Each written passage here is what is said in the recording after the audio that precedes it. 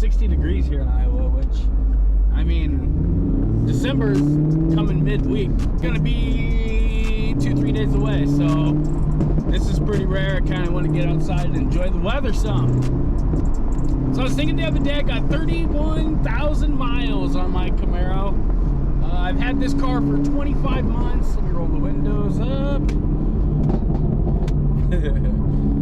Burbles. They're coming back, so that's good news. I bought this car October 12th of 2019. I don't know why I remember the day, but I do. I've been thinking about getting rid of it. I wanted, you know, there's a big push for EV, and I kind of want to get out there and I kind of want to experience a bunch of other cars. I have a long freaking, I could write a book of all the cars that I want to own, experience. Honestly, I don't think I'm going to live long enough to be able to achieve all those goals, but you never know. Keep pushing, never give up. I picked this car up with I picked this car up with 14 miles on it right off the showroom floor.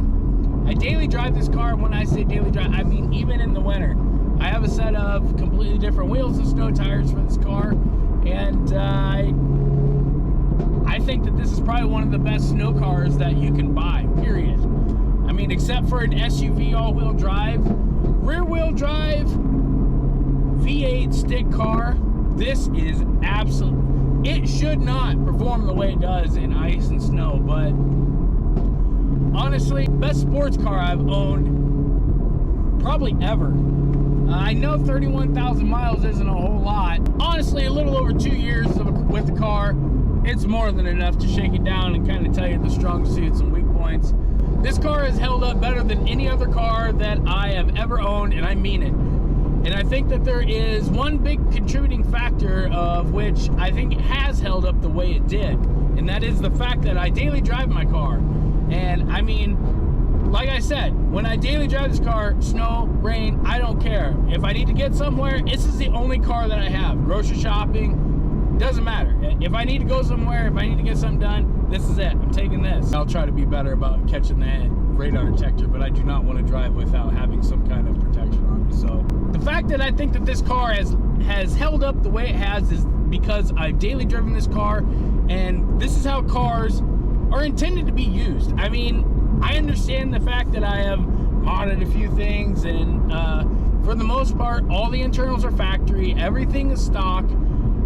I mean, this car is pretty much a complete package. If you want a naturally aspirated Camaro, this is the way to do it. And I believe a 1SS is the way to go. Unless you're wanting the front parking sensors or a sunroof, I say, you know, save the $5,000 or $6,000, put it in your pocket, and, you know, apply that to the loan.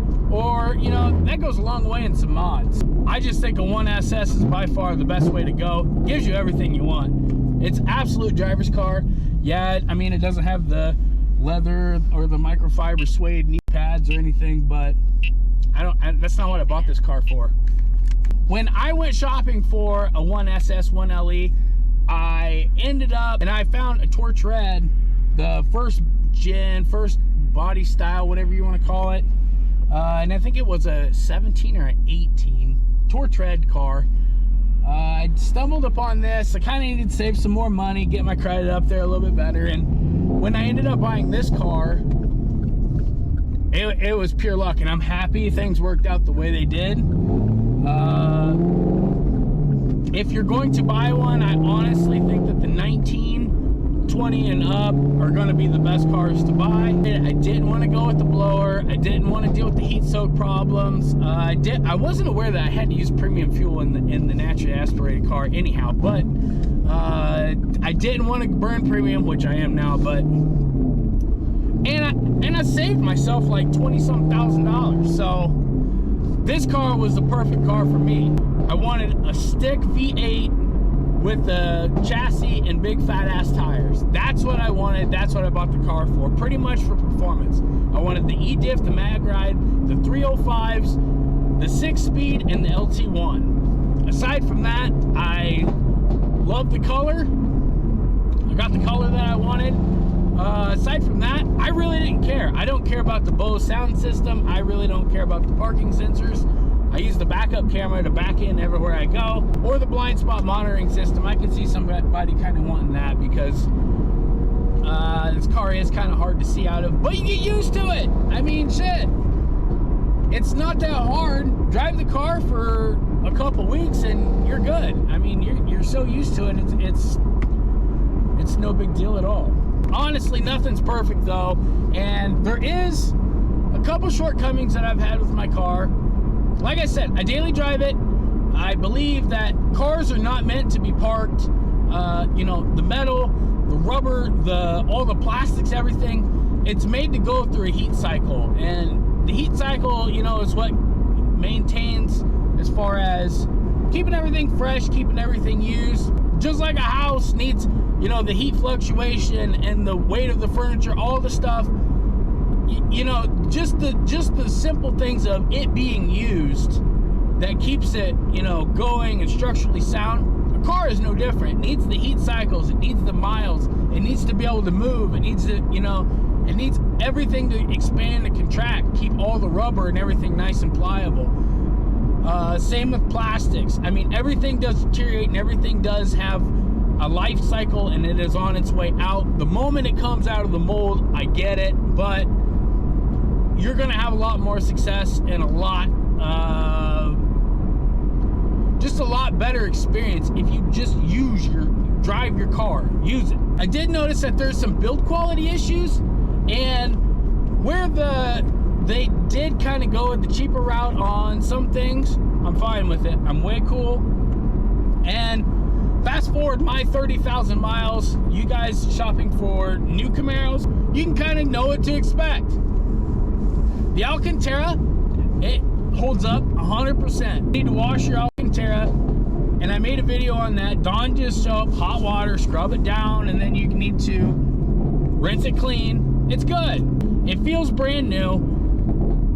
If you keep it maintained, keep it clean, and don't let all the oils and everything from your hands get all matted down, and just let the skank build up. And the guys, the SS's that have the leather wheel, you need to clean those too. I mean, this is a really good indicator as how often your steering wheel needs to be actually cleaned. I haven't had one check engine light, nothing out of the rear diff, nothing out of the transmission, nothing out of the engine, nothing out of the body control airbag, nothing. Like I said, I think that contributing factor is the daily, you know, just the fact that I daily drive this car. So I have heard of a lot of people having issues and just stupid little bugs, but you know, the thing is I get a feeling that these cars are being put away for, you know, the week or multiple weeks on end, and they're being brought out and driven whenever the weather's nice or whenever, you know, yada yada.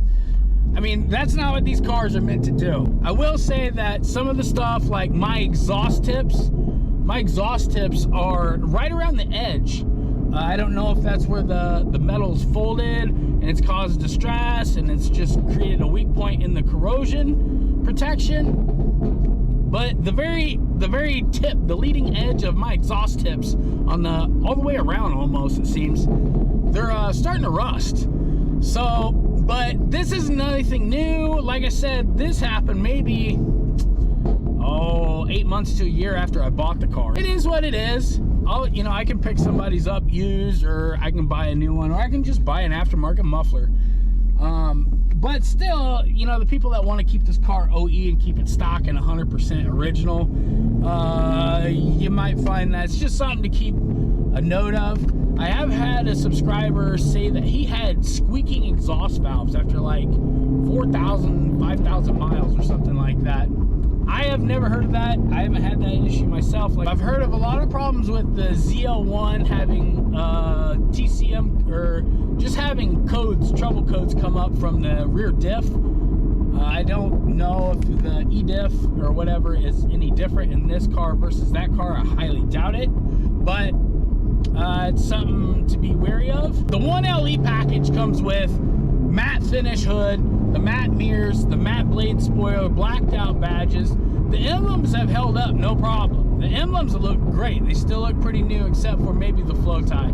It's kind of got some bubble and stuff around, but I haven't really sat down and looked at it to see what it is. I can't tell if the little chrome plastic shit is like bubbling and peeling off, or if it's just stained and I need to clean it. I don't know. The matte paint and everything, 100% holds up well. I take my car through 100% touchless car wash. Haven't had one issue with the matte hood. Now, when I jacked my car up, I had the hood popped when I was putting in the Monster triple disc clutch, and the hood came up, and you'll see the very tip of the wrap hit the top of my garage door. That's 100% my fault. Now, what's not 100% of my fault, and I don't know if it was this way when I got the car, but right around where the heat extractor and the hood is, the edges are starting to wrinkle and lift. I honestly can't tell if it's just bubbling because of the heat, or if it's letting go, or if that's the way it was the day that it came. I don't know. I've just noticed when I was going through this, you know, kind of giving this car a once over, that it's just something I noticed. If you're going to buy one of these cars, these are some of the things that you need to check. The paint, I will say, the orange, everything orange on this car. Now, I have heard about this car having brittle paint. I'm gonna say most of the OE stuff that I have seen that's mass produced like this, BASF has been a big player in the game as far as the base coat, clear coat. But it is soft. It is super, super soft.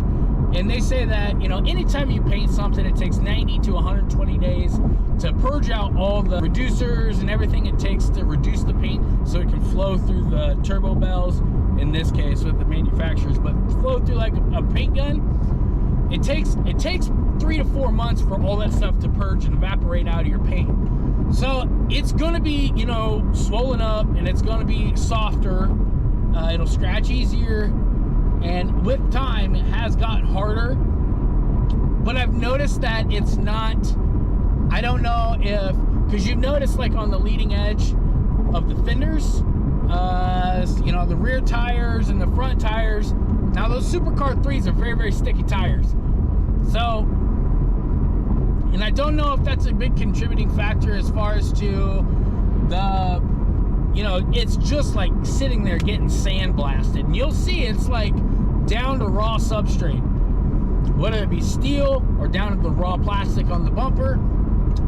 It's something to take into consideration. If you're going to be running those ultra high performance summer tires, you need to, you know, any of these 1LEs with higher mileage, you need to be checking the wheel well to see if there's any damage, because this thing will pick up rocks, and it just, oh, it sounds like you just fucking turned a rain stick upside down, and it'll just send chills down your fucking spine. You just think, oh my god, this poor car. Other than that, everything else has really held up. I've got a few rock chips in the paint, obviously in the front fascia.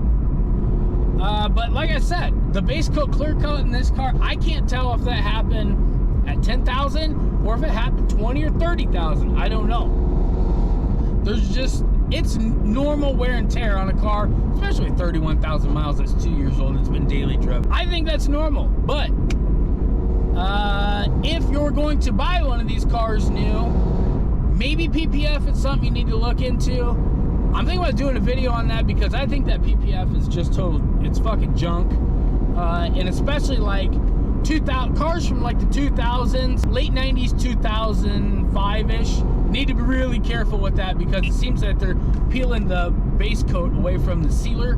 And I don't know if manufacturers are using it as a barrier coat, if they're doing it wet on wet, or if they're, I don't know what they're doing, but it seems to be peeling when that PPF grabs a hold. It's ripping the clear coat and the fucking color straight away from the primer and sealer. If you're going to PPF this car, I would definitely, like I said, wait that 3 to 4 month window. Let all the solvents, you know, go 3 to 4 months from the build date of the car. How about that? I'll tell you that there is OEM PPF on the rear quarter panels down by the dog leg, on, you know, just right in the middle of the dog leg on this car. It's held up okay, but there's still a lot of rocks being thrown back, simply because if you look at this car from the side out, or from the headlight straight down, this car is very wide.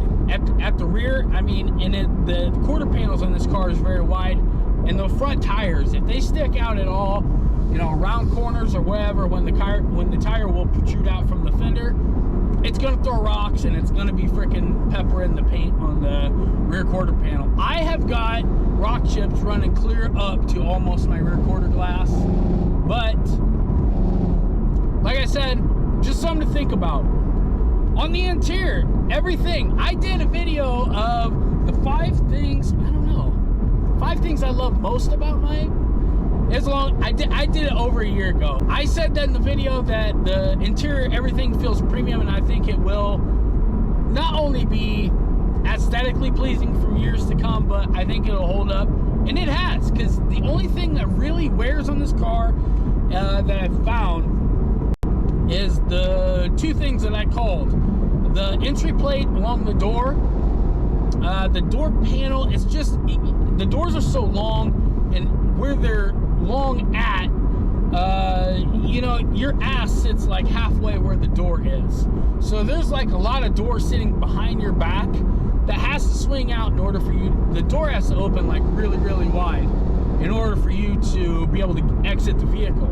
So, I mean, it's no big deal. It's just when you're dragging your feet over that entry plate, or you're accidentally kicking the door because it's a little tight of a squeeze trying to get out, the plastics on the interior of these cars, they don't really hold up. And that's fine. I mean, what they're made out of, they seem to be cheap to replace.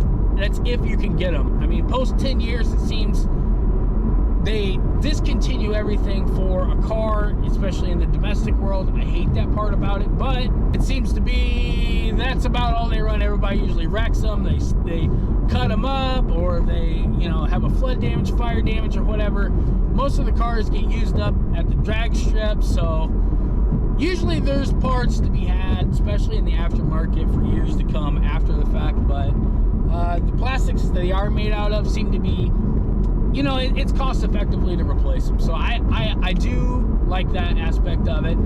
The leather on these Recaro seats, there's now the bolster, my driver's side bolster where you get in and out, and this car does set kind of low, so you kind of do have to like slide in and out of it. And I do use a natural beeswax rejuvenator from time to time, as often as I can, when I clean the interior of this car, and it does seem to help. Man-made products will wear, and it can only take so much over so much time. When you use stuff, it's gonna wear out, and it's no big deal to me. I think that you might be able to buy a skin and restretch over this, or maybe call somebody, they'll be able to repair the leather and fix it for you. But it does have some wear on the bolster. And the thing is these Recaro seats, like these bolsters, they're not like foam. I mean, this is part of the actual frame of the seat.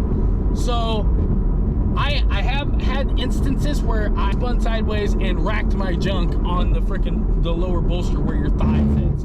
It's just the way the seat is built. It's made to hold you in, and it's not really made for you know, getting in, getting out of real easily. It's just, that's the seat that, you know, it is, I don't want to call it a racing seat, but it's more aggressive than a daily seat. I'm going to say that. I do love it. I think that these Recaros are awesome. I will say from time to time, these Recaros do get a little bit exhausting to daily, but, you know, that's what it is. And I would, like I say, I would daily a freaking NASCAR if I wanted it bad enough. All the other leather wears perfect. I mean, I haven't had any issues with any discoloring, fading, the stitching shrinking or whatever. Everything's holding up real well. And I do not put this car in the garage. I park it outside at home, and I park it outside at work. This car is exposed to the elements 365 days out of the year. If there is going to be an abuse test, I would say that that would be it, and it would have given you some sign of trouble by now if there was going to be. 10 years down the road, I don't know, maybe they'll, I don't know, maybe they'll be just fine then too. Build quality on the seats and the interior stuff, it's perfect. Even the armrest, there's no signs of wear, discoloration. The padding or whatever, everything is just the way it should be. It's perfect. It's great. Did order a ZL1 1LE. When I'm going to be able to get my opportunity to actually take possession of it or take delivery of it, I honestly don't know. This chip shortage, it's so far out of hand. I honestly don't know. I might cancel the order and just go buy something used. I love this car, but I just kind of feel with the big push for EV and everything, I think it's time to move on.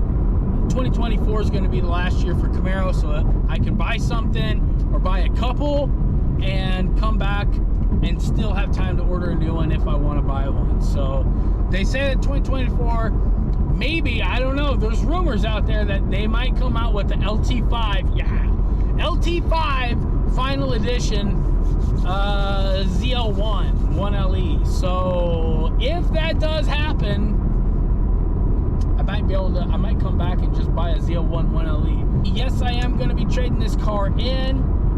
I just think it's time to move on. So this video really is for you guys out there that are like nervous about driving this car or whatever.